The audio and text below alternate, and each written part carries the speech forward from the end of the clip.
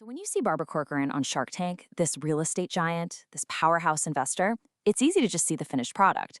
But her journey to a $1 billion empire, yeah, it wasn't a silver spoon story. It was forged in the fire of adversity and fueled by one single, powerful insult. Can you even imagine hearing those words from your boyfriend and your business partner just moments after he tells you he's leaving you for your secretary? Well, for Barbara, that gut punch of an insult, delivered at her absolute lowest, became the rocket fuel for one of the most amazing success stories in business. So, how did she pull it off? Her story really breaks down into 4 parts. We're going to start with her foundation as an underdog. Then, we'll get into that $1,000 loan and the betrayal that followed. After that, we'll see how she built a whole new kingdom from the ashes. And finally, how all of this shapes who she invests in on Shark Tank today. Look, to really get Barbara, you've got to go back to her childhood. Picture this. She's one of 10 kids crammed into a 2-bedroom house. Life was just a constant battle for attention, for everything. But it taught her how to build a team, how to read people fast, and man, did it teach her how to fight. And get this, by the time she was 23 and starting her real estate firm, she'd already had 22 different jobs. Waitressing, secretarial work, you name it. She said all that experience made her feel like she was 53, not 23.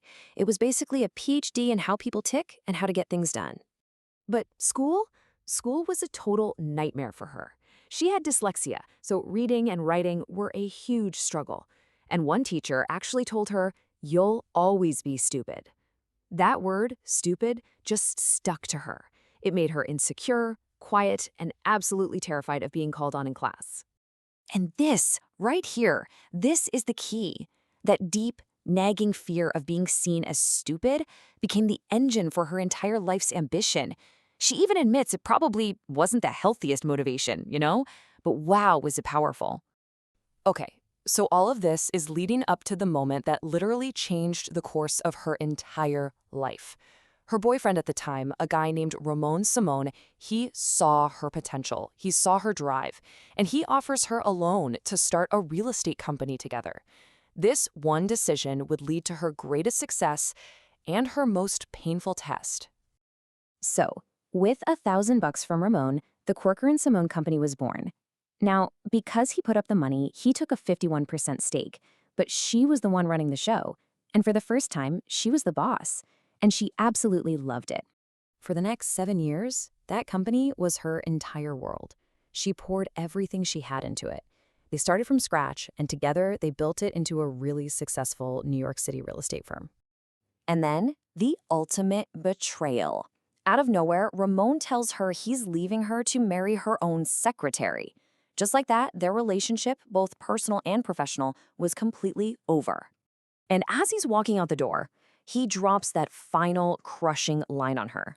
But for Barbara, that insult wasn't the end. Oh no, it was a declaration of war. She actually looked him in the eye and said, "Thank you, Ray." She knew in that moment that insult was the greatest gift he could have ever given her. She said being a scorned woman actually made her feel free. So she took her half of the sales team, walked across the street, and started the Corcoran Group. And her mission was crystal clear, not just to survive, but to build an empire so big it would make his look like a joke. She was going to do it by breaking every single rule. Her competition was this old boys network of New York real estate.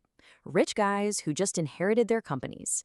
They were slow, they were stuffy, they were complacent. Barbara was the exact opposite. While they were hiring kids from good families, she was building an army of what she called tattered soldiers. People like her, hungry outsiders who had something to prove. She was fast, she was creative, and they honestly never even saw her coming. So how did she get these tattered soldiers to be so loyal? Her secret weapon was simple. She made work fun.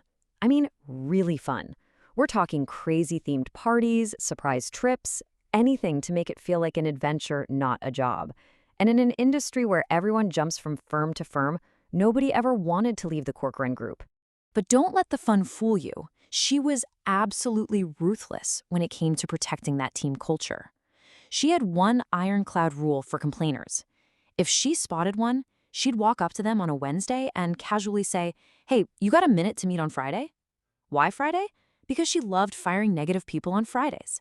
She saw them as a poison that could kill the whole team. And she does not mince words about this. To Barbara, a chronic complainer isn't just a downer, they're a thief. They steal the most important asset a company has, its energy. And if you let them, they'll drain your best people and sink your entire business.